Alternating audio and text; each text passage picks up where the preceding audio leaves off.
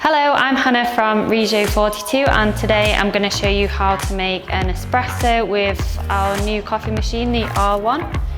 So first you want to get your group handle and grind your coffee.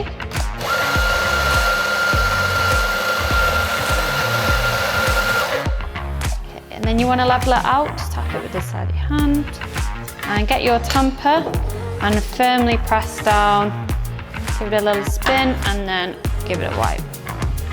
Then you want to lock it onto the machine, make sure it's firmly on. Get your espresso cup and press the double shot. Okay. And you're looking for a nice smooth extraction, like so.